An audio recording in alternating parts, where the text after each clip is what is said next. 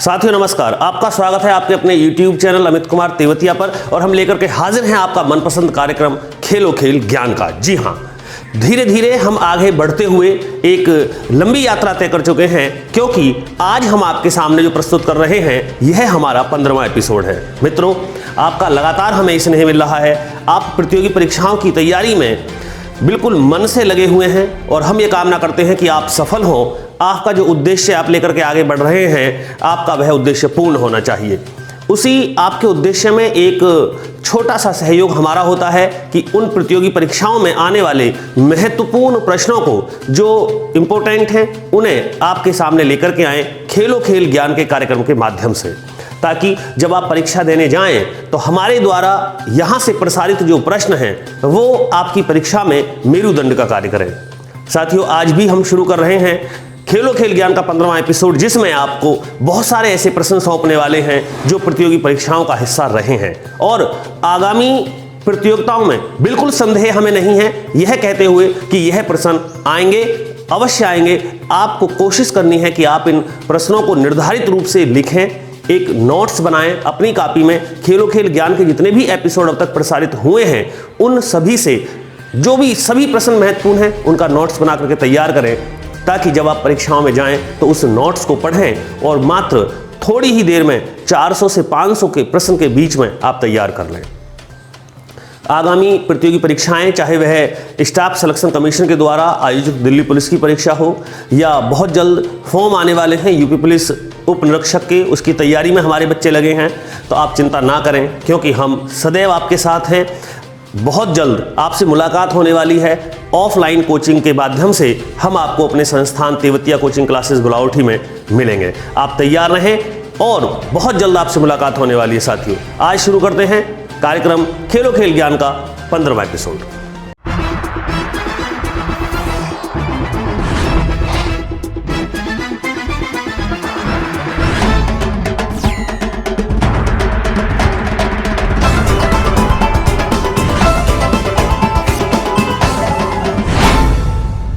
खेलो खेल ज्ञान का 15वां एपिसोड। क्वेश्चन नंबर 1 आपकी स्क्रीन पर। राष्ट्रपति लोकसभा को भंग कर सकता है। आपको जवाब देना है। विकल्प है ए प्रधानमंत्री की सलाह पर, बी उपराष्ट्रपति की सलाह पर, सी स्पीकर की सलाह पर, डी मुख्य न्यायाधीश की सलाह पर। जी हां, इन चारों में कौन एडवाइजरी जारी करेगा जिसके कहने पर राष्ट्रपति को लोकसभा भंग करने का अधिकार है? साथियों, जो हमारे साथी पहली बार जुड़ रहे हैं उन्हें बता दें कि आपको प्रश्न का उत्तर देना है 1A, 1B, 1C या 1D। इसी प्रकार से आप उत्तर दें लाइव चैट के माध्यम से। फटाफट जुड़ जाएं, शेयर अपने कर दीजिएगा इसको अपने दोस्तों के साथ। जो है इसका लिंक है उसे शेयर करें, ताकि हम उन सभी बच्चों को शामिल कर सकें खेलो खेल ज्ञान के 15वें एपिसोड में जो तैयारी कर रहे हैं प्रतियोगी परीक्षाओं की। लगातार आपके उत्तर हमें मिल रहे हैं 1A, 1B, 1C और 1D। लेकिन यह प्रश्न उत्तर प्रदेश के कांस्टेबल परीक्षा में आ चुका है, वहीं से हमने लिया है। यह हम पहले ही आपसे कह चुके हैं कि यह हमारा वादा है, ऐसा कोई प्रश्न नहीं होता जो किसी प्रतियोगी परीक्षा में ना आया हो। आपको बताना है कि माननीय राष्ट्रपति को लोकसभा भंग करने का अधिकार है, परंतु हम सब जानते हैं कि राष्ट्रपति अपनी मर्जी से लोकसभा भंग नहीं कर सकते। तो आखिर किसकी सलाह पर राष्ट्रपति 5 वर्ष से पूर्व ही लोकसभा के कार्यकाल से पहले ही भंग कर सकते हैं? प्रधानमंत्री की सलाह पर, उपराष्ट्रपति की सलाह पर, स्पीकर की सलाह पर या मुख्य न्यायाधीश की सलाह पर? चारों विकल्प आपकी स्क्रीन पर आप इस समय देख रहे हैं। इनमें से एक जवाब सही है। साथियों, आंसर दें। 1A, 1B, 1C या 1D करके लगातार हमें उत्तर प्राप्त हो रहे हैं और सही जवाब हमें मिल गया है। बारी हमारी है, हम आपको सौंपते हैं क्वेश्चन नंबर 1 का सही जवाब है 1A। जी हां, प्रधानमंत्री की सलाह पर।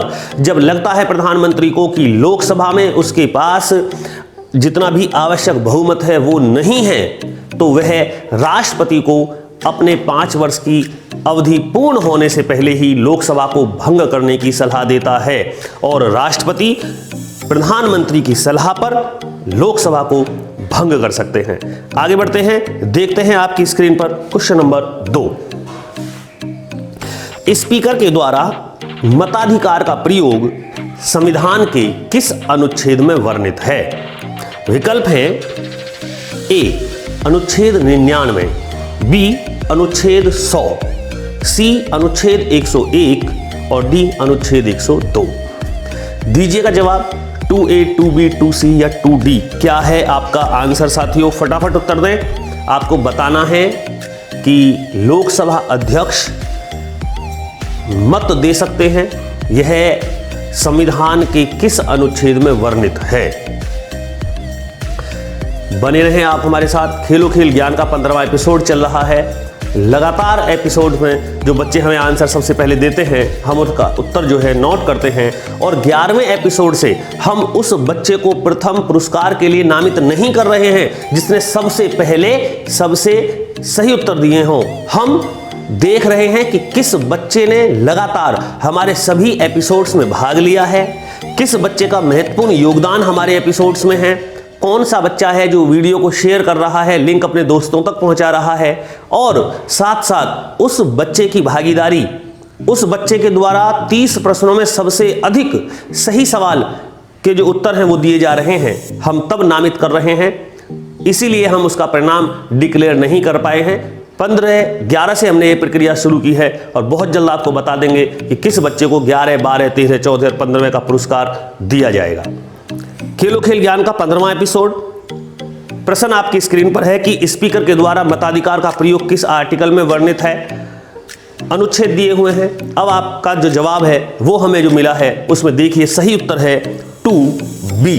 जी हां, अनुच्छेद 100 ही वह आर्टिकल है जिसके तहत स्पीकर को केवल और केवल उस स्थिति में मत देने का अधिकार प्राप्त है जब संसद में किसी निर्णय पर पक्ष और विपक्ष के बराबर मत हो।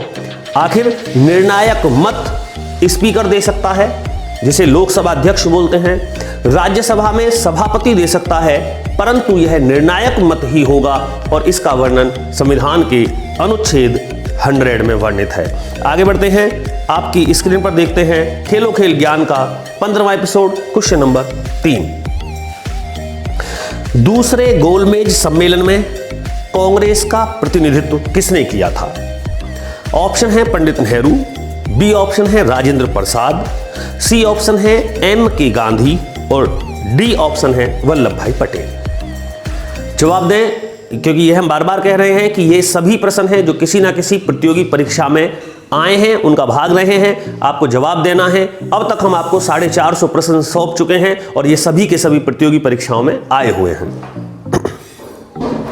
दूसरे गोलमेज सम्मेलन में भारतीय स्वतंत्रता संग्राम के समय आयोजित होने वाले ब्रिटेन के गोलमेज सम्मेलन में कांग्रेस की ओर से दूसरे गोलमेज सम्मेलन में किसने भाग लिया? 3A, 3B, 3C या 3D? क्या है आपका उत्तर?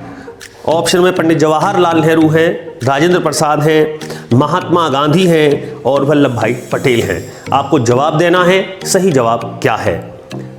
बहुत सारे बच्चे लगातार हमें 3A, 3B, 3C, 3D answer दे रहे हैं। हम आपको सौंपते हैं क्वेश्चन नंबर 3 का सही जवाब 3C। जी हां, मोहनदास करमचंद गांधी ने राष्ट्रीय कांग्रेस की ओर से दूसरे गोलमेज सम्मेलन में प्रतिनिधित्व किया और उसी गोलमेज सम्मेलन में महात्मा गांधी को अर्धनग्न फकीर कह दिया विंस्टन चर्चिल ने। साथियों, तीनों गोलमेज सम्मेलन में भाग लेने वाले व्यक्ति थे डॉक्टर भीमराव अंबेडकर। यदि महिलाओं की बात करें तो सरोजनी नायडू ने भी गोलमेज सम्मेलन में भाग लिया। वहां जो हरिजनों का पक्ष रख रहे थे वो थे भीमराव अंबेडकर, महिलाओं के लिए सरोजनी नायडू, राष्ट्रीय कांग्रेस की ओर से महात्मा गांधी और मुस्लिमों की ओर से मोहम्मद अली जिन्ना। सभी लोग गोलमेज सम्मेलन में गए और इन्होंने अपना पक्ष रखा, परंतु वहां महात्मा गांधी की बात को नहीं माना गया और महात्मा गांधी ने पुनः अपने भारत में आकर के सविनय अवज्ञा आंदोलन शुरू कर दिया, क्योंकि गोलमेज सम्मेलन से पहले वह सविनय अवज्ञा आंदोलन को रोक चुके थे। आगे बढ़ते हैं, देखते हैं आपकी मोबाइल स्क्रीन पर खेलो खेल ज्ञान का 15वें एपिसोड का क्वेश्चन नंबर 4। व्यापक सिद्धांत किसने आरंभ किया था? Option A Lord Lytton, option B Lord Dalhousie, option C Lord Curzon, option D Lord Ripon. इन चारों में आपको जवाब देना है कि किस भारत के गवर्नर जनरल ने व्यापक सिद्धांत शुरू किया। दीजिएगा जवाब। 4A, 4B, 4C या 4D? क्या है आपका उत्तर? लगातार आप हमारे साथ बने रहें लाइव चैट में। अपने दोस्तों को इस वीडियो का लिंक शेयर कर दें ताकि वो भी शामिल हो सकें। और पिछली बार किसी तकनीकी खामी की वजह से यह प्रोग्राम आपका 12:30 बजे प्रसारित हुआ था, लेकिन अब फिर से 10 बजे हम लेकर के हाजिर हैं। प्रत्येक रविवार सुबह 10 बजे यह कार्यक्रम आता है खेलो खेल ज्ञान का, अमित कुमार तेवतिया चैनल पर, क्योंकि हम एक छोटी सी भागीदारी का निर्वहन करते हैं आपकी सफलता में। मित्रों, क्वेश्चन नंबर 4 का सही जवाब आप हमें दें। Lord Lytton, Lord Dalhousie, Lord Curzon या लॉर्ड रिपन? कौन है वो व्यक्ति जिसने व्यक्तिगत सिद्धांत आरंभ किया? वेरी गुड, आपके आंसर हमें मिल रहे हैं। सही जवाब हमें बहुत सारे बच्चों ने दिया है, बारी हमारी है। हम आपको सौंपते हैं क्वेश्चन नंबर 4 का सही जवाब, ऑप्शन नंबर बी, बिल्कुल सही, लॉर्ड डलहौजी। आप सब बच्चे जानते हैं कि डॉक्ट्राइन ऑफ लैप्स, गोद लेना, अर्थात हड़प नीति से सभी लोग पहचान जाएंगे। हड़प नीति किसने आरंभ की? हड़प नीति आरंभ की लॉर्ड डलहौजी ने, और यही हड़प नीति ही व्यक्तिगत सिद्धांत कहलाती है। व्यक्तिगत सिद्धांत इस प्रश्न में क्यों दिया? क्योंकि दिल्ली पुलिस की परीक्षा में डॉक्ट्राइन ऑफ लैप्स ब्रैकेट में व्यक्तिगत सिद्धांत ही आया था, वहां हड़प नीति शब्द का प्रयोग नहीं किया गया था। इसीलिए हमने भी आपसे पूछ लिया कि व्यक्तिगत सिद्धांत किसने आरंभ किया। यही हड़प नीति है कि जिस राजा के कोई संतान नहीं होती थी, उस राजा की संपत्ति को अंग्रेजी हुकूमत हड़प लेती थी। जो कर नहीं देती थी हुकूमत, उसको अंग्रेजी सरकार हड़प लेती थी, और इस सिद्धांत का प्रतिपादन किया था लॉर्ड डलहौजी ने, जिसे बाद में लॉर्ड कैनिंग ने बंद कर दिया। साथियों, आगे बढ़ते हैं। क्वेश्चन नंबर 4 का सही जवाब 4B रहा। आप अपनी स्क्रीन पर देखेंगे खेलो खेल ज्ञान के 15वें एपिसोड का क्वेश्चन नंबर 5। पुलिस विभाग के मुख्य अधिकारी को दंडपाशिक कहा गया है, ऐसा किस वंश में था? ऑप्शन ए, कुषाण वंश में, ऑप्शन बी, गुप्त वंश में, ऑप्शन सी, मौर्य वंश में, ऑप्शन डी, सातवाहन वंश में। जवाब देना है कि किस वंश के समय अवधि में पुलिस के मुख्य अधिकारी को दंडपाशिक कहा जाता था। अलग अलग व्यवस्थाएं अलग अलग वंशों की रही हैं। हर वंश में पुलिस अधिकारी को, राजस्व अधिकारी को अलग अलग नामों से जाना जाता था। हर काल में राजा ने अपने अनुसार शासन किया, अपने अनुसार ही नाम दिए। दंडपाशिक मुख्य पुलिस अधिकारी होता था। जो छोटे कर्मचारी थे उनको चाट भाट बोलते थे पुलिस के। तो आपको बताना है कि दंडपाशिक कहा जाता था पुलिस विभाग के मुख्य अधिकारी को किस काल में? कुषाण वंश में, गुप्त वंश में, मौर्य वंश में या सातवाहन वंश में? लगातार आप हमारे साथ बने रहें। 5A, 5B, 5C या 5D करके हमें उत्तर दें, ताकि हम जान सकें कि आपका जवाब क्या है और अपना सही जवाब आप तक पहुंचा सकें। मित्रों, आप हमारे साथ बने रहें प्रत्येक गेम में, क्योंकि यह खेल नहीं है जो आपको किसी और दिशा में मोड़ देगा। यह खेल है जो निश्चित रूप से ज्ञान का भंडारण आपके अंदर करेगा। आप भरपूर होंगे ज्ञान से और परीक्षाओं में सफलता पाएंगे। आइए हम आपको सौंपते हैं क्वेश्चन नंबर 5 का सही जवाब, ऑप्शन नंबर बी। जी हाँ, गुप्त वंश, जिसकी स्थापना की श्रीगुप्त ने। इसी में शासक हुआ घटोत्कच, चंद्रगुप्त प्रथम, समुद्रगुप्त, चंद्रगुप्त द्वितीय, कुमारगुप्त, स्कुंदगुप्त, विष्णुगुप्त। ऐसे महान शासकों का वंश रहा गुप्त वंश, और इस वंश की समय अवधि में ही पुलिस की मुख्य अधिकारी को मित्रों कहा जाता था दंडपाशिक। आगे बढ़ते हैं। खेलो खेल ज्ञान का 15वां एपिसोड, क्वेश्चन नंबर 6 आपकी स्क्रीन पर। इकता प्रणाली को समाप्त किया था। Option A, Balban, option B, Firoz Tughlaq, option C, Iltutmish, और ऑप्शन डी, अलाउद्दीन खिलजी। ये आपके विकल्प हैं। प्रश्न सल्तनत काल से है, जो कि कुतुबुद्दीन ऐबक के गुलाम वंश 1206 से शुरू होता है, और गुलाम वंश में महत्वपूर्ण जो शासक रहे हैं उनमें कुतुबुद्दीन ऐबक ही है, इल्तुतमिश आ जाता है, नसरुद्दीन शाह है, रजिया सुल्तान है और बलबन है। सैमुद्दीन कैमुर्स अंतिम शासक रहा था गुलाम वंश का।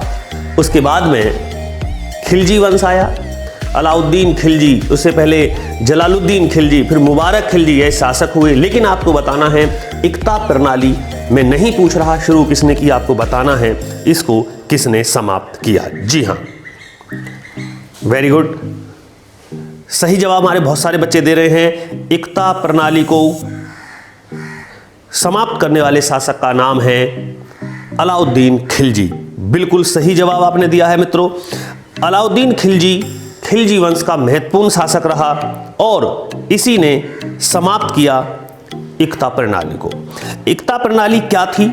आप जानते हैं कि इल्तुतमिश ने इसको आरंभ किया था और छोटे छोटे इक्ता अर्थात प्रांतों में अपने राज्य को बांटा जिससे कर की वसूली आसानी से हो सके। इक्ता में बांटने के बाद इस प्रणाली को आगे तक लेके गई, गुलाम वंश के शासकों ने इसको माना, लेकिन अलाउद्दीन खिलजी ने इसे समाप्त कर दिया।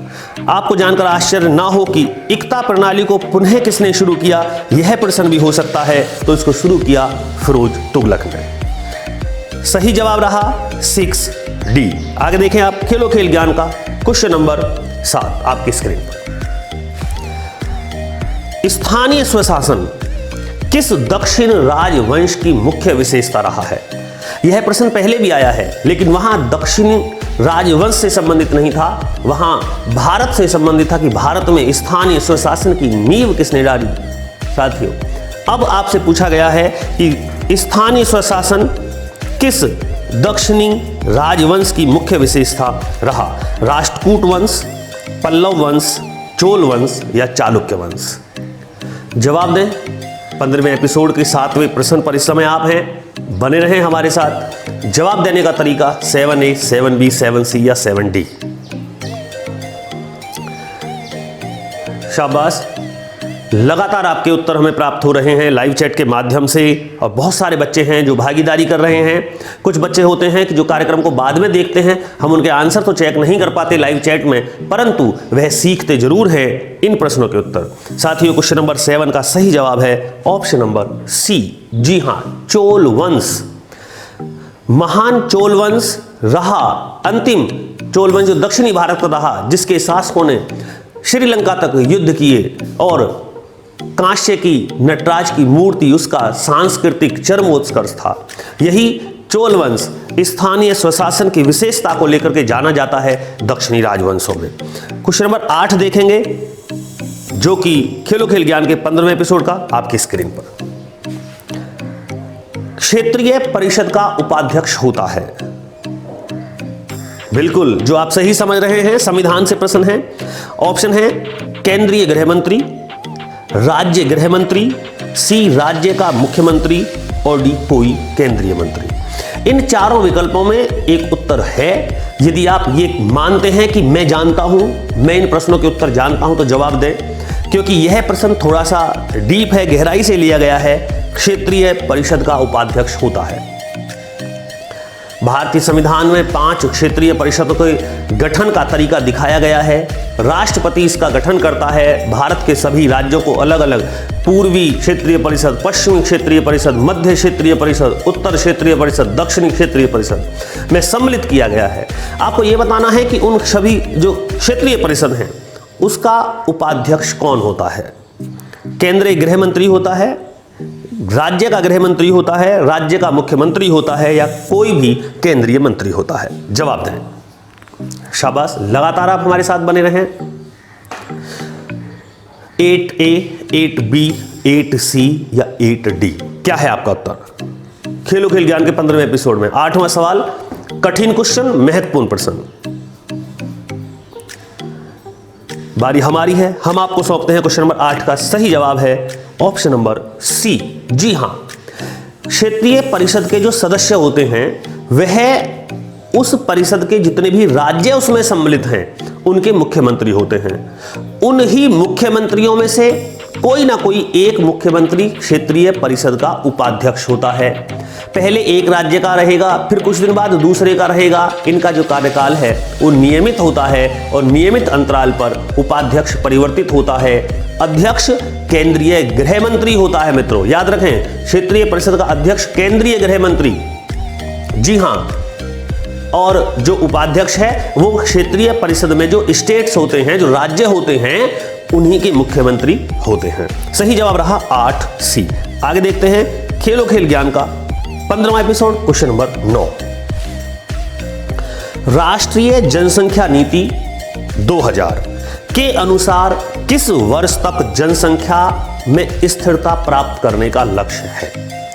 विकल्प हैं 2045 तक, 2030 तक, 2050 तक या 2040 तक। चारों विकल्प आपकी स्क्रीन पे इस समय आपको दिख रहे हैं। सवाल आपको समझ में आ गया होगा। लगातार बढ़ती जनसंख्या बेरोजगारी का कारण, भुखमरी का कारण और प्रत्येक क्षेत्र में बुनियादी ढांचों के लिए भी एक विकराल समस्या है बढ़ती जनसंख्या। उस बढ़ती हुई जनसंख्या को रोकना है।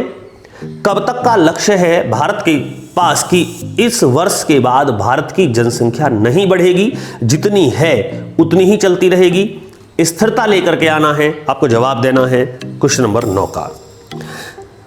9A, 9B, 9C या 9D भारत सरकार के द्वारा जो राष्ट्रीय जनसंख्या नीति है वह 2000 में निर्णय लिया गया था कि हम इस वर्ष तक जनगणना जो होगी उसमें स्थिरता ले आएंगे, जनसंख्या बढ़ेगी नहीं।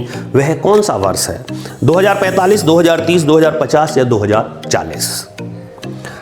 शाबाश, लगातार आप हमारे साथ बने रहें, उत्तर देते रहें। क्वेश्चन नंबर 9 लाइव चैट में बहुत अच्छे सभी बच्चे आंसर दे रहे हैं, देख रहा हूं मैं, लिख रहे हैं सब बच्चे यहां। शाबाश, सही जवाब दिया है कुछ बच्चों ने, देखिएगा 9A। जी हां, 2045 तक भारत सरकार का उद्देश्य है कि जनसंख्या में स्थिरता लाई जाए। और साथियों, इस बार जो जनसंख्या 2021 में होनी थी, अभी उसका काम भी पोस्टपोन कर दिया गया है। कोरोना महामारी को देखते हुए हो सकता है कि 2021 की जनगणना को टाल दिया जाए और यह बहुत बड़ा निर्णय होगा भारतीय इतिहास में, क्योंकि जिस दिन से भारतीय जनगणना आरंभ हुई है आज तक उसको टाला नहीं गया है। आगे देखते हैं खेलो खेल ज्ञान के 15वें एपिसोड का क्वेश्चन नंबर 10। भारत की अधिकांश वर्षा किस मानसून के द्वारा होती है? ऑप्शन ए दक्षिण पश्चिम मानसून, बी उत्तर पूर्वी मानसून, सी उष्णकटिबंधीय मानसून और डी दक्षिण पूर्वी मानसून। मॉनसून के हिसाब से अलग अलग क्षेत्रों में बारिश का समय अलग अलग है, लेकिन भारत का अधिकतर भूभाग किस मानसून के कारण भीगता है, वर्षा होती है? आपको जवाब देना है 10A, 10B, 10C या 10D। दक्षिण पश्चिम मानसून, उत्तर पूर्वी मानसून, उष्णकटिबंधीय मानसून, दक्षिण पूर्वी मानसून। जो बच्चे जानते हैं कि अरब सागर, हिंद महासागर या बंगाल की खाड़ी में किस समुद्र के जल से भारत में सर्वाधिक वर्षा होती है, तो वो हिसाब लगा सकते हैं यह देख करके कि कौन सा समुद्र भारत की किस दिशा में पड़ता है। शाबाश, लगातार आप हमें जवाब देते रहे साथियों। आइए हम आपको सौंपते हैं क्वेश्चन नंबर 10 का सही जवाब। शायद कम बच्चे जानते हैं, ऑप्शन नंबर ए। जी हां, दक्षिण पश्चिम मानसून। अब हिसाब लगाइए, दक्षिण नीचे और पश्चिम गुजरात की ओर। दक्षिण से पश्चिम तक जब भारत का नक्शा आप देखेंगे तो उसमें आपको इधर अरब सागर दिखाई देगा। अरब सागर से उठने वाला मानसून जो केरल से होकर सबसे पहले भारत में प्रवेश करता है, वह भारत के सर्वाधिक भूभाग पर बरसता है, अर्थात दक्षिण पश्चिम मानसून भारत में अधिकांश वर्षा का कारण है। सही जवाब रहा 10A। खेलो खेल ज्ञान का 15वां एपिसोड क्वेश्चन नंबर 11 आपकी स्क्रीन पर। आपको बताना है कि हाइड्रोपोनिक्स क्या है। ऑप्शन ए जल में पौधे उगाना, बी वायु में पौधे उगाना, सी सब्जियों का उत्पादन करना या डी केंचुओं द्वारा खाद बनाना। जवाब दीजिएगा, हाइड्रोपोनिक्स का तात्पर्य क्या है? खेलो खेल ज्ञान के 15वें एपिसोड में आपका स्वागत है मित्रों। जो अभी अभी बाद में आए हैं, जिन्होंने बहुत बाद में हमारा कार्यक्रम शुरू किया है या हमारी वीडियो देखना स्टार्ट किया है, तो वो भी हमें जवाब दे सकते हैं लाइव चैट के माध्यम से। करना केवल आपको इतना है कि YouTube पर जो नीचे लाइव चैट का बॉक्स बना हुआ है उस पर बटन दबाएं और उसमें उत्तर लिखना शुरू करें। 11A, 11B, 11C और 11D तुरंत आप भेजें, ताकि निर्णायक मंडल सहजता के साथ निष्कर्ष निकाले कि आपका जवाब सही है और कितना समय आपने जवाब देने में लगाया है। 11A, 11B, 11C, 11D यदि आप लिखते हैं तो आपका उत्तर चेक होगा। यदि आप केवल A, B, C लिखते हैं तो आपका उत्तर चेक नहीं किया जाएगा। बने रहें हमारे साथ लाइव चैट में, जवाब देते रहें कि हाइड्रोपोनिक्स क्या है। जल में पौधे उगाना, वायु में पौधे उगाना, सब्जियों का उत्पादन करना या केंचुओं द्वारा खाद बनाना, कौन सा एक कार्य हाइड्रोपोनिक्स विधि के अंतर्गत आता है? वेरी गुड, बच्चे जवाब दे रहे हैं साथियों, बहुत सारे बच्चे हैं जिन्होंने सही जवाब दिया है। कौन कौन है वो तो आप लाइव चैट में स्वयं भी देख सकते हैं, लेकिन हमारी बारी है कि हम आपको सौंप दें क्वेश्चन नंबर 11 का सही जवाब ऑप्शन नंबर ए। जी हाँ, जल में पौधे उगाना हाइड्रोपोनिक्स होता है। वायु में पौधे उगाना एयरपोटिक है, आप जानते हैं। सब्जियों का उत्पादन ओलेरीकल्चर और केंचुओं का वर्मी कल्चर आता है। खेलो खेल ज्ञान का 15वां एपिसोड, क्वेश्चन नंबर 12। कौन सी एक नदी निम्न में है जो बंगाल की खाड़ी में गिरती है? दिल्ली पुलिस की परीक्षा में प्रश्न आ चुका है, आपको जवाब देना है। विकल्प है महानदी, ताप्ती, नर्मदा और चंबल। इन चारों नदियों में से कौन सी एक ऐसा रिवर ऑफ इंडिया है जो बंगाल की खाड़ी में गिरती है? 12A, 12B, 12C या 12D। यदि आपने भारत का भौगोलिक स्तर अच्छे से पढ़ा है, यदि आपने भारत की नदियां टॉपिक क्लियर किया है, तो आप हमें जवाब देंगे, अन्यथा आप जवाब लेंगे। हम आपको बताएंगे कि कौन सी नदी है जो बंगाल की खाड़ी में गिरती है, क्योंकि भारत की नदियां बंगाल की खाड़ी में या अरब सागर में गिरती हैं। कुछ ऐसी हैं कि जो एक नदी दूसरी नदी में विलय हो जाती है और कुछ सूखे में ही सूख जाती हैं। आपको बताना है, कुछ समुद्र तक नहीं पहुंच पाती। इनमें कौन सी नदी है जो बंगाल की खाड़ी में गिरती है? मित्रों, जवाब दें। ये पहले ही मैं आपको क्लियर कर चुका हूं कि जिस आंसर में प्रश्न संख्या नहीं होगी 12A, 12B या 12C, वह चेक नहीं किया जाएगा। आइए हम आपको जवाब देते हैं। क्वेश्चन नंबर 12 का सही जवाब ऑप्शन नंबर ए। जी हां, महानदी उड़ीसा होते हुए बंगाल की खाड़ी में गिर जाती है। परंतु नर्मदा और ताप्ती दोनों ही भारत की विपरीत दिशा में बहने वाली नदियां हैं। विपरीत दिशा का अर्थ समझ लीजिएगा, पूर्व से पश्चिम की ओर। जो नदी पश्चिम से पूर्व की ओर बहे वह सीधी दिशा में जा रही है। विपरीत दिशा का अर्थ है पूर्व से पश्चिम दिशा की ओर। जैसे ताप्ती है, नर्मदा है, साबरमती है, माही है, लूनी है। ये जो नदियां हैं ये विपरीत दिशा में बहती हैं। और जो चंबल है, चंबल और बेतवा यमुना की सहायक नदियां हैं, नदी में विलय हो जाती हैं। बंगाल की खाड़ी तक केवल महानदी पहुंचती है। मित्रों, नर्मदा और ताप्ती दोनों ही नदी अरब सागर में गिरती हैं। आगे बढ़ते हैं। खेलो खेल ज्ञान का 15वां episode, question number 13। Spain, Morocco देश किस जल संधि से जुड़े हैं? ऑप्शन है डेविस जल संधि, जिब्राल्टर जल संधि, मैगलन जल संधि या फ्लोरिडा की जल संधि।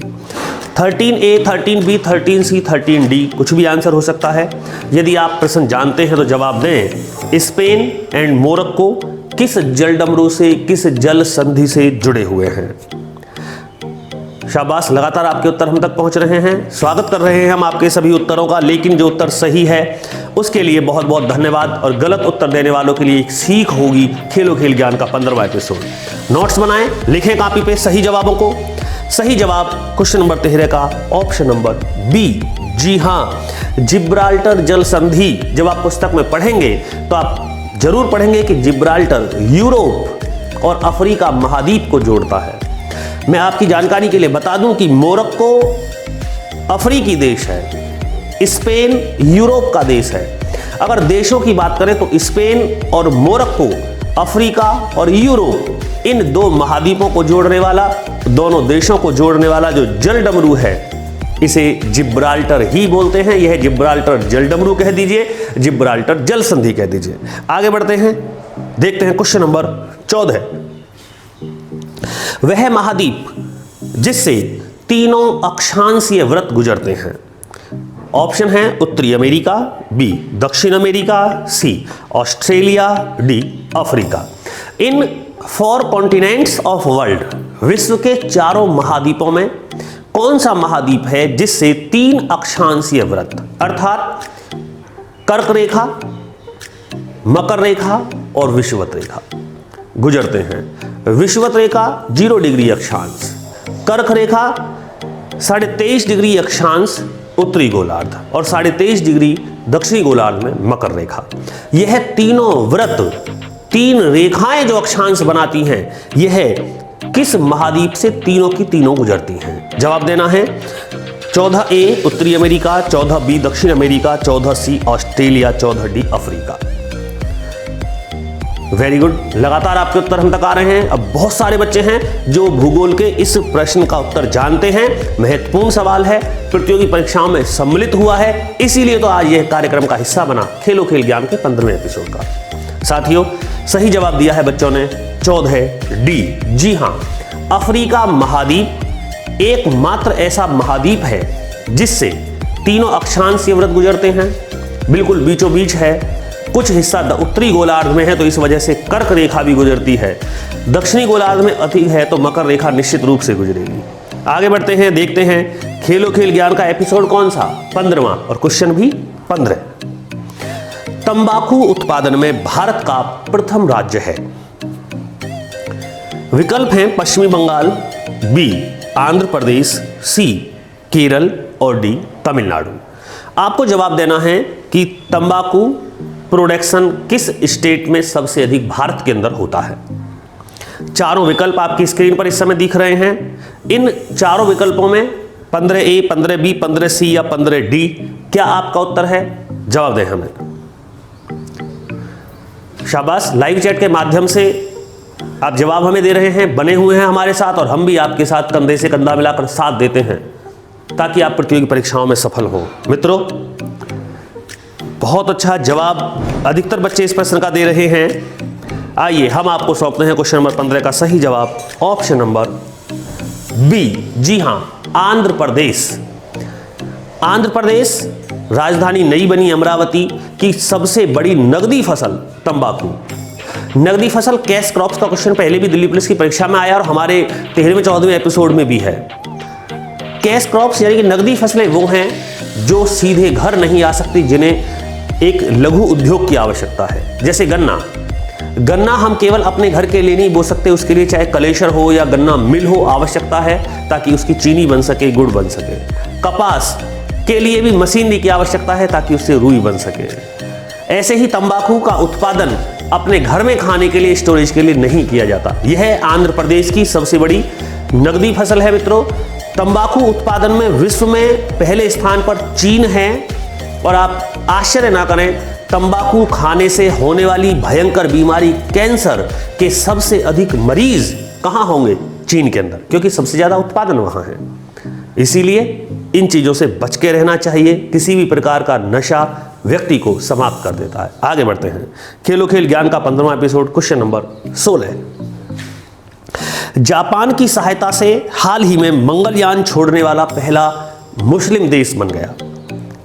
ए बांग्लादेश, बी कतर, सी संयुक्त अरब अमीरात और डी तुर्की। जवाब दें आप। जापान की सहायता से किस अरब कंट्री ने हाल ही में मंगलयान छोड़ करके अपने को अंतरिक्ष के देशों में गणना में सम्मिलित कर लिया? कौन सा देश है? बांग्लादेश है, कतर है, संयुक्त अरब अमीरात है या तुर्की है? यह वही देश है जो इस्लामिक होते हुए इस्लाम के क्षेत्र को छोड़कर अन्य सभी क्षेत्रों में तरक्की कर रहा है, वृद्धि कर रहा है, विश्व के अन्य देशों के साथ अग्रणी होता जा रहा है, दिन प्रतिदिन नए निर्णय ले रहा है, प्रत्येक क्षेत्र में अग्रसर हो रहा है और अब वैश्विक पंक्ति में इसकी गिनती होने लगी है। बांग्लादेश, कतर, संयुक्त अरब अमीरात या तुर्की। अगर इशारा समझ रहे हैं तो जवाब सही दें। साथियों, 16A, 16B, 16C या 16D क्या है आपका उत्तर? फिर हम आपको बताएंगे। यदि आपका और हमारा उत्तर मैच करता है तो समझिए आपका आंसर ठीक है। आप नोट्स बना के उसको कॉपी में तैयार करें। आइए जानकारी देते हैं। Question number 16, option number C, संयुक्त अरब अमीरात, UAE is the correct answer. जी हां, संयुक्त अरब अमीरात ने त्रिपक्षीय समझौता कर अमेरिका की मध्यस्थता से इजराइल के साथ मधुर संबंध किए हैं। यह महत्वपूर्ण करंट अफेयर्स है। मित्रों, पहली वाणिज्यिक उड़ान जो इजराइल से संयुक्त अरब अमीरात पहुंची, यहां मंगल मिशन में कामयाबी मिली संयुक्त अरब अमीरात को जापान की सहायता से, और अमेरिका दिन प्रतिदिन इसकी हेल्प कर रहा है। अब इजराइल कंधे से कंधा मिलाकर इसके साथ आ गया है। संयुक्त अरब अमीरात अब तरक्की और इस्लामिक देशों को कहां मंजूर होती है तो वो इसको धोखेबाज बता रहे हैं।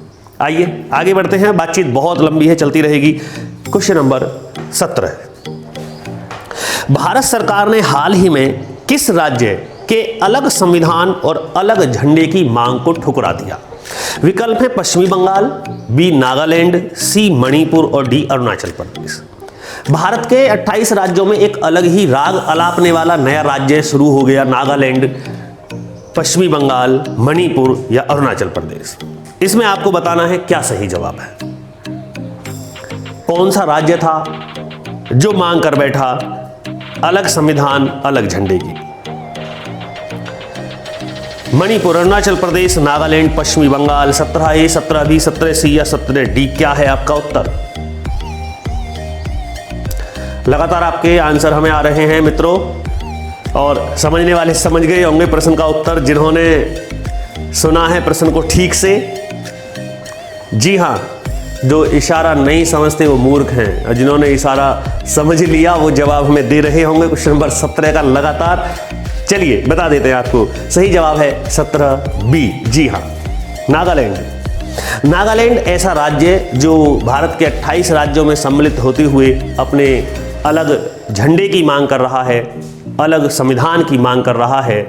भारत सरकार ने तर्क दिया कि यदि ऐसा होने लगे तो प्रत्येक देश अपने लिए अलग संविधान और अलग झंडे की मांग करेगा। इसलिए दुनिया में उदाहरण, विविधताओं का देश, विभिन्नताओं का देश, अनेक धर्म जातियों का देश, फिर भी एक हिंदुस्तान, अतः यह निर्णय स्वीकार नहीं होगा। आगे बढ़ते हैं, देखते हैं आपकी मोबाइल स्क्रीन पर क्वेश्चन नंबर 18। भारत का मुख्य चुनाव आयुक्त बनाया गया है। ऑप्शन है राजीव कुमार, राजीव महर्षि, राजीव गाबा या राजीव चौधरी। इन चारों विकल्पों में कौन सा एक उत्तर है कि जो भारत में अभी हाल ही में कुछ ही दिनों में चुनाव आयुक्त के पद को लेकर बहुत बड़ा निर्णय हुआ, जिसको अशोक लवासा ने छोड़ दिया था, क्योंकि वो जो एशियाई डेवलपमेंट बैंक है ADB के वहाँ उपाध्यक्ष के रूप में सलाहकार नियुक्त हुए हैं भारत की ओर से। अब आपको बताना है कि इस समय भारत का मुख्य चुनाव आयुक्त कौन है। 18A, 18B, 18C या 18D, क्या है आपका उत्तर? फटाफट उत्तर दें साहब। खेलो खेल ज्ञान के 15वें एपिसोड में बने रहें आप हमारे साथ। और बहुत सारे बच्चे सही आंसर इसका जानते हैं, क्योंकि जो करंट अफेयर्स की घटनाओं से जुड़े हुए हैं। जवाब ऑप्शन नंबर A। जी हाँ, राजीव कुमार ही भारत के नए मुख्य चुनाव आयुक्त चुने गए हैं। आगे देखते हैं, खेलो खेल ज्ञान 15, क्वेश्चन नंबर 19। कोविड-19 के कारण किस राज्य की विधिक शिक्षा मंत्री कमला वरुण का निधन हो गया? ऑप्शन है आंध्र प्रदेश, बी मध्य प्रदेश, सी उत्तर प्रदेश और डी हिमाचल प्रदेश। इनमें किस राज्य की प्राविधिक शिक्षा मंत्री श्रीमती कमला वरुण का निधन हुआ कोरोना के कारण? जवाब में यह किस राज्य की शिक्षा मंत्री थी? मित्रों, कोरोना को बहुत हल्के में हम लोग ले रहे हैं। अब तो दिन प्रतिदिन इसका डर, भय हमारे दिल से कम हो गया है, लेकिन आप नहीं जानते कि कोरोना की संख्या में कितना इजाफा हिंदुस्तान में लगातार हो रहा है। रोज 80,000 से लाख के बीच नए केस आ रहे हैं। परंतु अपना इम्यूनिटी सिस्टम मजबूत रखें, अच्छा खाएं, अच्छा सोचें और सुबह सुबह वॉकिंग करें, घूमने जाएं, ताकि आपका इम्यूनिटी सिस्टम काम करता रहे, आपकी जो रोग प्रतिरोधक क्षमता है वो बनी रहे और कोरोना पर विजय हासिल की जा सके। परंतु शिक्षा मंत्री कमला वरुण का निधन हो गया कोरोना के कारण। क्वेश्चन नंबर 19, सही जवाब 19C। माननीय योगी आदित्यनाथ की कैबिनेट की शिक्षा मंत्री कमला वरुण, उत्तर प्रदेश से इनका कोरोना के चलते निधन हुआ। वहीं उत्तर प्रदेश की कैबिनेट ने अपने एक और मंत्री को खोया। जी हां, चेतन चौहान। कई विधायक हैं उत्तर प्रदेश विधानसभा के जो कोरोना महामारी में अपने प्राण गंवा चुके हैं। तैयारी करें, नोट्स बनाएं, इन्हें देखें। आगे देखते हैं, खेलो खेल ज्ञान का 15वां एपिसोड, क्वेश्चन नंबर 20 आपकी स्क्रीन पर। सावंत अजय अनंत अर्जुन पुरस्कार 2020 के लिए चुने गए हैं। यह आपने जरूर पढ़ा होगा, क्योंकि 27 खिलाड़ियों को 2020 में अर्जुन पुरस्कार के लिए नामित किया गया है। आपको बताना है कि सावंत अजय अनंत का संबंध किस खेल से है। विकल्प हैं घुड़सवारी, बी गोल्फ, सी टेबल टेनिस और डी हॉकी। इन चारों खेलों में सावंत अजय अनंत को अर्जुन पुरस्कार के लिए किस विधा में चुना गया? आपको जवाब देना है मित्रों। बने रहें आप हमारे साथ, लाइव चैट के माध्यम से लगातार जवाब देते रहें। वीडियो जिन लोगों ने भी लाइक नहीं किया है वो लाइक जरूर मार दें, फटाफट शेयर करें अपने दोस्तों को। और बहुत सारे बच्चे हमारे ऐसे हैं कि जो खेलो खेल ज्ञान का प्रत्येक एपिसोड खेल रहे हैं परंतु उन्होंने चैनल ही सब्सक्राइब नहीं किया है, तो आप प्लीज चैनल भी सब्सक्राइब कर लें ताकि हमारी आने वाली जो नई फिजिक्स की वन लाइनर वीडियोस हैं वो आप तक पहुंच सकें। आपको एक बात बता दूं कि जितने भी हमारी भौतिक विज्ञान की वन लाइनर वीडियोस आप तक पहुंच रही हैं यह बहुत महत्वपूर्ण है, क्योंकि मात्र 5 से 10 मिनट 15 मिनट में पूरा का पूरा चैप्टर समाप्त हो जाता है। आप वीडियो देखें और उसके बाद किताब खोल करके चैलेंज कीजिएगा कि साहब यह प्रश्न छोड़ दिया गया है, नहीं मिलेगा आपको। आइए क्वेश्चन नंबर 20 का जवाब हम आपको सौंपते हैं। सही जवाब है ऑप्शन नंबर ए। जी हां, घुड़सवारी। घुड़सवारी में पदक हासिल किया, उसी के बाद सामंत अजय अनंत को 2020 के अर्जुन पुरस्कारों के लिए चुना गया। आगे बढ़ते हैं, देखते हैं क्वेश्चन नंबर 21। भारत में पहली बार जारी निर्यात तैयारी सूचकांक में किस राज्य को प्रथम स्थान दिया गया है? विकल्प हैं ए गुजरात, बी महाराष्ट्र, सी हरियाणा और डी तमिलनाडु। इन चारों विकल्पों में एक नया इंडेक्स भारत सरकार ने अभी प्रस्तुत किया है मित्रों। यह इंडेक्स, यह सूचकांक है निर्यात की तैयारी के लिए कि अब जो भारत को आत्मनिर्भर बनाना है उसी क्षेत्र में हमें निर्यात को बढ़ावा देना है, न कि आयात को। निर्यात को बढ़ावा देने के लिए चाहे कच्चा माल हो, चाहे कृषि क्षेत्र हो, चाहे उद्योग क्षेत्र हो, जी तोड़ मेहनत कर रहे हैं। इसमें सबसे अच्छी तैयारी भारत के किस राज्य की है, यह जवाब आपको देना है। गुजरात, महाराष्ट्र, हरियाणा या तमिलनाडु भारत सरकार के द्वारा शुरू किया गया पहली बार यह एक नया सूचकांक है, इसीलिए महत्वपूर्ण भी हो जाता है कि भारत में जारी निर्यात तैयारी सूचकांक में किस राज्य को प्रथम स्थान दिया गया है। जवाब दें 21A, 21B, 21C या 21D। क्या है आपका उत्तर? वेरी गुड, लगातार बने रहें। बहुत सारे बच्चे हैं जो हमें सही जवाब दे रहे हैं। चलिए हम आपको देते हैं क्वेश्चन नंबर 21 का सही जवाब, ऑप्शन नंबर ए। जी हां, गुजरात ही पहली बार जारी निर्यात तैयारी सूचकांक में प्रथम स्थान पर बना रहा है। खेलो खेल ज्ञान का 15वां एपिसोड, क्वेश्चन नंबर 22 आपकी स्क्रीन पर।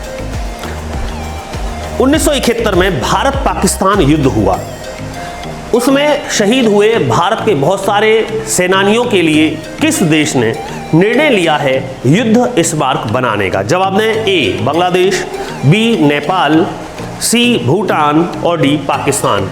इन चारों देशों में जो भारत के चारों सीमावर्ती देश हैं, किसी एक देश ने 1971 में शहीद हुए भारतीय शहीदों को शत शत नमन किया है और एक सम्मान देने के लिए निर्णय लिया कि उस युद्ध में शहीद हुए सभी सेनानियों के लिए अपने यहाँ युद्ध स्मारक बन रहा है। बताइए, जवाब दें। बांग्लादेश, नेपाल, भूटान या पाकिस्तान, कौन सा एक देश है जिसमें भारत पाकिस्तान युद्ध में शहीद हुए सैनिकों के लिए युद्ध स्मारक बनाया जा रहा है? Very good, 22A, 22B, 22C या 22D। क्या है उत्तर? खेलो खेल ज्ञान का 15वां एपिसोड हम आपके साथ बने हुए हैं मित्रों। कोशिश करते रहेंगे कि आप तक प्रश्न पहुंचाते रहें। अत्यंत महत्वपूर्ण प्रश्न, जवाब है ए। जी हां, बांग्लादेश। बांग्लादेश 1971 के युद्ध में अपने आपे को स्वतंत्र मानता है और यही युद्ध बांग्लादेश का जनक के रूप में रहा। भारतीय सेना ने पाकिस्तानी सैनिकों के दांत खट्टे कर दिए, यहां तक कि उन्हें एक बहुत बड़ी संख्या में बंदी बना लिया गया और आज़ाद कराया पूर्वी पाकिस्तान को, जिसे आज हम बांग्लादेश के नाम से जानते हैं। अर्थात बांग्लादेश ने भारत के उन शहीद सेनानियों को सत सत नमन करते हुए, कोटि कोटि धन्यवाद भारत को देते हुए निर्णय लिया है उन शहीदों के लिए युद्ध स्मारक बनाने का। आगे बढ़ते हैं, देखते हैं आपकी मोबाइल स्क्रीन पर क्वेश्चन नंबर 23। आईसीसी, जी हां, इंटरनेशनल क्रिकेट काउंसिल की वनडे रैंकिंग में गेंदबाजों की सूची में किस खिलाड़ी को शीर्ष स्थान मिला है? जवाब दें। ए जसप्रीत बुमराह, बी आदिल रशीद, सी क्रिस जॉर्डन और डी फकर जमा। इन चारों विकल्पों में एक जवाब है। उस गेंदबाज का नाम बताएं जो वनडे क्रिकेट में प्रथम स्थान पर रहा आईसीसी की नई रैंकिंग में जो जारी हुई है हाल ही में। 23A, 23B, 23C या 23D। आपका उत्तर क्या है?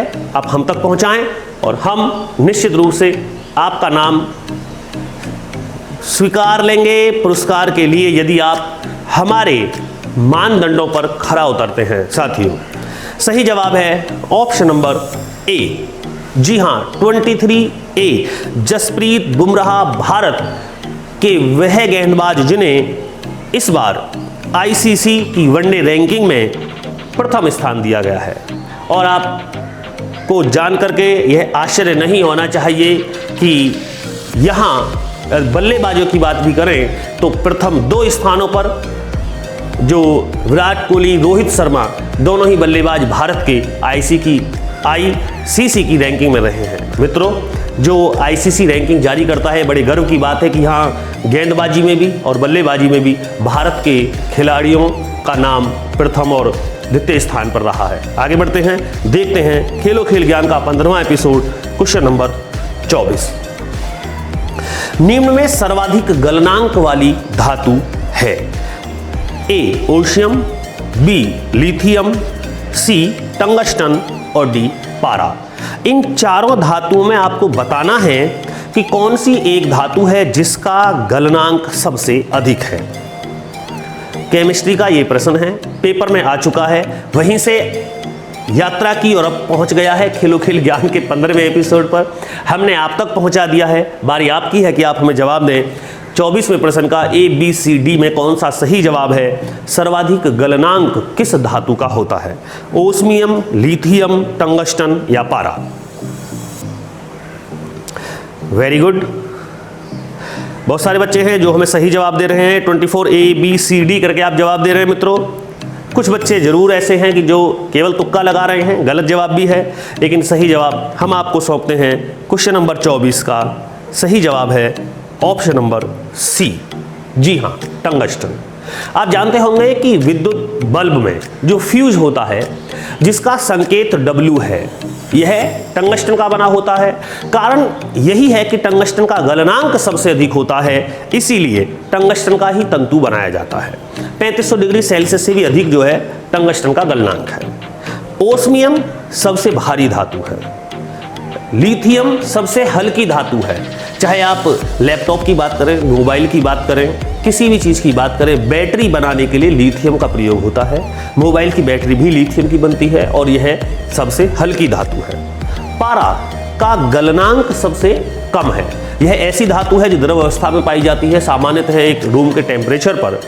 परंतु प्रश्न था सबसे अधिक गलनांक किसका है, तो यह टंगस्टन का है। यहाँ 4 विकल्प हैं, चारों ही विकल्प अपने आपे में बहुविकल्पीय प्रश्नों के उत्तर हो सकते हैं, इसीलिए क्वेश्चन नंबर 24 पर खुलकर बात हुई। आगे बढ़ते हैं, देखते हैं खेलो खेल ज्ञान का क्वेश्चन नंबर 25। प्रोड्यूसर गैस में नहीं होती। ए CO, बी H2, सी N2 और डी CH4। अर्थात आपसे पूछा जा रहा है कि जो प्रोड्यूसर गैस होती है उसमें नहीं होती है कार्बन मोनोऑक्साइड, हाइड्रोजन, नाइट्रोजन या मीथेन। जवाब दें 25A, 25B, 25C या 25D। क्या आपका उत्तर है? बिल्कुल इंतजार है हमें और हम देख रहे हैं कि आपका जवाब क्या है। Question number 25 ABCD। Very good, देते रहिए जवाब, चल रहे हैं यहाँ जैसा कि कंप्यूटर पे दिखाई दे रहा है। बहुत सारे बच्चे हैं जो लाइव चैट में लगातार सही उत्तर दे रहे हैं, लेकिन कुछ बच्चे नहीं जानते हैं। कोई बात नहीं, आप हिम्मत ना हारें, मेहनत करते रहें, आगे बढ़ते रहें। सफलता तुम्हारे कदम चूम लेगी, लेकिन मेहनत बहुत ज़रूरी है। किसी भी चीज़ के लिए परिश्रम बहुत ज़रूरी है। आज दुनिया दिखावे की है, केवल शो ऑफ करना है। पढ़ाई के मामले में सबसे ज़्यादा माता पिता को दिखा रहे हैं, समाज को दिखा रहे हैं कि हम पढ़ रहे हैं।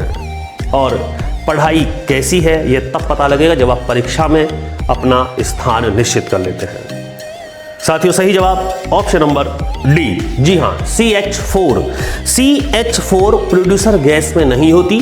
CO ratio H2 ratio N2 से मिलकर के मिश्रण है जो बनती है प्रोड्यूसर गैस। खेलो खेल ज्ञान का 15वां एपिसोड अंतिम चरण में चल रहा है। Question number 26। पाउजली मात्रक है। ऑप्शन है श्यानता का, पृष्ठ तनाव का, उत्प्लावन का या डी केशिकत्व का। चारों ही फिजिक्स के महत्वपूर्ण बिंदु हैं। आपको बताना है कि इनमें किसका मात्रक पावजली होता है। जवाब दें। शाबाश। 26A, 26B, 26C या 26D। लगातार आपके उत्तर हम तक आ रहे हैं। निर्णायक मंडल बैठेगा, देखेंगे किस बच्चे का सहयोग सबसे ज़्यादा हमारी वीडियोस को शेयर करने में है। हमारे चैनल के प्रदर्शन को लेकर के बहुत महत्वपूर्ण है। हम निर्णय लेंगे कि किस सहयोगी को हमें अपने साथ कंधे से कंधा मिला करके पुरस्कार की श्रेणी में खड़ा करना है साथी। 26A, 26B, 26C या 26D, क्या है आपका जवाब? फटाफट उत्तर हमें लाइव चैट में लिखें। 26A, B, C, D और हमें चैट कर दें ताकि हम देख लें कि कितने बच्चे भाग ले रहे हैं, आपका स्थान कौन सा है, कितने सवाल आपके सही हैं। आइए आपको बता दें, सही जवाब है क्वेश्चन नंबर 26A।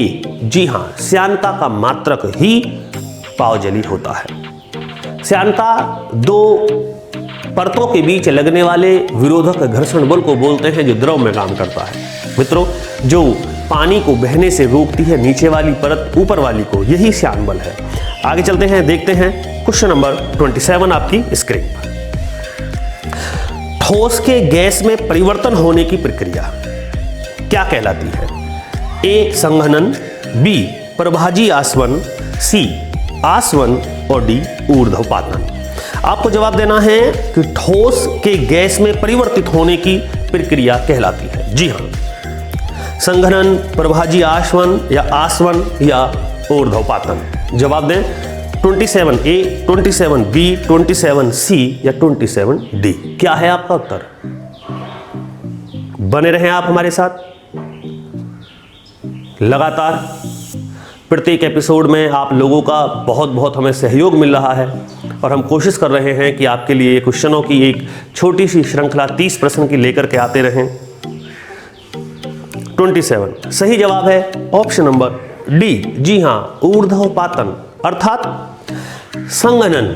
समझे आप, किसी भी वाष्प का जल में परिवर्तित होना। ओस, कोहरा, धुंध, वर्षा, यह सभी संघनन के उदाहरण हैं। प्रभाजी आसवन द्वारा जो डीजल है, पेट्रोल है, इसको अलग किया जाता है। आसवन विधि द्वारा दो द्रवित मिश्रण को अलग किया जाता है जिनका क्वथनांक अलग अलग हो। ऊर्ध्वपातन वह प्रक्रिया है जिसमें ठोस सीधा गैस में परिवर्तित होता है, द्रव में नहीं बदलता। अगर बर्फ को ले तो पहले बर्फ से बनेगा जल और जल से बनेगी वाष्प, तो यह ऊर्ध्वपातन की क्रिया नहीं है। कपूर है, आयोडीन है, कपूर का इस्तेमाल पूजा में करते हैं, तो जब कपूर को जलाएंगे तो वह सीधा धुएं में परिवर्तित होगा, वहां कोई किसी प्रकार का द्रव नहीं होता है। अर्थात कपूर का जलना ही ऊर्ध्वपातन का एक ऐसा उदाहरण है जिसे हम आसपास अपने घरों में देखते हैं। आगे बढ़ते हैं, देखते हैं खेलो खेल ज्ञान का 15वां एपिसोड, क्वेश्चन नंबर 28। रात में ऑक्सीजन का उत्सर्जन करने वाला पौधा है। विकल्प हैं तुलसी, बरगद, नीम या कीकर। वेरी गुड, बने रहें हमारे साथ। बहुत आसान क्वेश्चन है, जो बच्चे जानते हैं वह जवाब देंगे। रात में ऑक्सीजन का उत्सर्जन करने वाला पौधा, तुलसी, बरगद, नीम या कीकर। 28A, 28B, 28C या 28D। जवाब दीजिएगा फटाफट, चाय पीने का समय हो रहा है, मैं भी थक गया हूं और 2 प्रश्न बचे हैं, 29 और 30। जल्दी से आंसर दे दीजिएगा ताकि मैं भी एक कप चाय ले लूं इसके बाद में, और चाय के साथ ये भी देख सकूं कि कौन बच्चा है जो प्रथम आया है। जवाब ये देना है कि रात में ऑक्सीजन का उत्सर्जन करने वाला पौधा। जी हां, बता दें, जवाब है 28A, तुलसी। तुलसी और पीपल, यह ऐसे 2 पादप श्रेणी में पौधे या पेड़ हैं जो कि रात में भी ऑक्सीजन का उत्सर्जन करते हैं। कह सकते हैं हम वैज्ञानिक सोच के अनुसार इसीलिए इनकी पूजा होती है। और कोरोना महामारी में जो काढ़ा बनाया गया है उसमें भी तुलसी का महत्वपूर्ण योगदान है। कोई भी गला खराब हो, जुकाम हो, नज़ला हो, आप तुलसी का पानी सीधे गर्म करें, ठंडा करके पी लें, निश्चित रूप से लाभ होता है। 100 गुणों वाला पौधा है तुलसी। साथियों, आप जानते होंगे कि प्रकाश संश्लेषण की क्रिया में भाग लेते समय सभी पौधे ऑक्सीजन का उत्सर्जन करते हैं। बिल्कुल सही। परंतु दिन में जब सूर्य का प्रकाश हो, रात्रि में सभी पौधे व्यक्ति की तरह ही ऑक्सीजन चाहिए कार्बन डाइऑक्साइड छोड़ते हैं। आखिर इस संतुलन को बनाए रखने का काम फिर कैसे हो? अधिक से अधिक पौधे लगाए जाएं। 90% शैवालों द्वारा ही प्रकाश संश्लेषण में और प्रकृति की आवश्यक ऑक्सीजन का उत्पादन होता है। केवल तुलसी और पीपल ऐसे 2 पौधे या पेड़ हैं जो रात्रि में भी ऑक्सीजन का उत्सर्जन करते हैं। अधिक से अधिक प्रत्येक घर में एक तुलसी का पौधा तो जरूर लगाएं। पीपल का पौधा यदि लगाएंगे, कहते हैं कि पीपल पे भूतों का वास होता है, ये केवल बकवास है। इसीलिए इस बात को बनाया गया है ताकि पीपल के पौधे से लोग दूर रहें, उसको तोड़ा ना जाए, काटा ना जाए, ताकि ऑक्सीजन का उत्सर्जन रात्रि में भी होता रहे। आगे बढ़ते हैं सभी समझदार बच्चों के लिए। Question number 29। भारतीय स्टेट बैंक SBI का नया प्रबंधक निदेशक बनाया गया है। रजनीश कुमार, अश्वनी कुमार, के रंजन गोस्वामी, आशुतोष कुमार। 29वां प्रश्न, खेलो खेल ज्ञान का 15वां एपिसोड। मैं अमित तेवतिया लगातार आपके साथ बना हुआ हूं। जवाब दें। एक प्रश्न की और बात है, इसके बाद आप कॉपी पे नोट्स बना लें और सही जवाब अधिकतर जो बच्चों देंगे हम उसमें अवश्य चुनेंगे 15वें एपिसोड के लिए किसी न किसी एक बच्चे को जो पुरस्कार का हकदार होगा। परंतु इस बार तुक्का नहीं चलेगा। जो बच्चे 11 के बाद से तुक्का लगा रहे हैं ABC, फटाफट आंसर के केवल रेड स्क्रीन हुई, उत्तर आ गया, बिल्कुल कोई पुरस्कार नहीं दिया जाएगा। जो चोरी कर रहे हैं, जो बेईमानी कर रहे हैं, उन लोगों को कुछ नहीं मिलेगा। ये निश्चित रूप से ध्यान रखें। मित्र से दगा, गुरु से चोरी, या हो निर्धन या हो कोढ़ी। पाप के भागीदार ना बने। सही जवाब दें। अपनी मर्जी से जवाब दें, नकल ना करें। सही जवाब 29, ऑप्शन नंबर बी। जी हां, अश्वनी कुमार भाटिया को नया भारतीय स्टेट बैंक का प्रबंधक बनाया गया है। साथियों, यहां ऑप्शन नंबर जो ए रजनीश कुमार वो अब तक रहे हैं, अब वो इस पद पर नहीं है। अंतिम प्रश्न, क्वेश्चन नंबर 30। प्रधानमंत्री आवास योजना की समय अवधि है। ऑप्शन ए 2014 से 2021, बी 2014 से 2024, सी 2015 से 2022 और डी 2015 से 2025। इन चारों विकल्पों में आपको जवाब देना है कि किस एक विकल्प की समय अवधि के अनुसार भारत की गरीब लोगों के लिए, जो गरीबी रेखा से नीचे जीवन यापन कर रहे हैं, मजदूर वर्ग, श्रमिक, किसान भाई बहन के लिए प्रधानमंत्री आवास योजना के द्वारा बहुत कम कीमत पर आवास उपलब्ध कराया जा रहा है। यह योजना कब से कब तक है, यह जवाब आपको देना है। क्योंकि माननीय प्रधानमंत्री नरेंद्र मोदी की अध्यक्षता में अनेक ऐसी योजनाएं बनी हैं जो गरीब, मजदूर, दलित, किसान, श्रमिक के हक की योजनाएं हैं। जवाब दें। Question number 30 ABCD। 30वां प्रश्न, 2014 से 21, 2014 से 24, 2015 से 22, 2015 से 25। सही जवाब बहुत बच्चों ने दे दिया है। अब मेरे पास समय नहीं है, चाय ठंडी हो रही है, मुझे लेनी है विदा। साथियों, सही जवाब है ऑप्शन नंबर सी। जी हां, 2015 से 2022 यह सही जवाब है। इसी की समय अवधि में जारी किए गए हैं सभी गरीब मजदूरों के लिए प्रधानमंत्री आवास योजना से घर। दीजिएगा अनुमति, फिर मुलाकात होगी अगले कार्यक्रम में आपसे खेलो खेल ज्ञान के 16वें एपिसोड में। देखते हैं साथियों, जब तक के लिए मैं आपको वन लाइनर वीडियोस भौतिक विज्ञान की प्रोवाइड करा रहा हूं बहुत जल्द।